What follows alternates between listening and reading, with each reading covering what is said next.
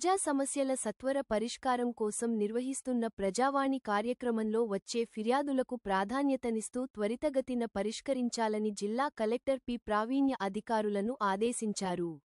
జిల్లా కలెక్టరేట్ కార్యాలయాల సముదాయ సమావేశ మందిరంలో సోమవారం నిర్వహించిన ప్రజావాణి కార్యక్రమానికి 46 ఫిర్యాదులు అందాయి.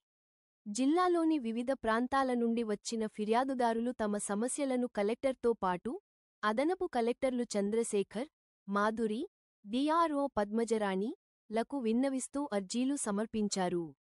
కాగా, అర్జీలను పెండింగ్లో పెట్టకుండా ఎప్పటికప్పుడు పరిశీలన జరుపుతూ సమస్యలను పరిష్కరించాలని కలెక్టర్ అధికారులను ఆదేశించారు.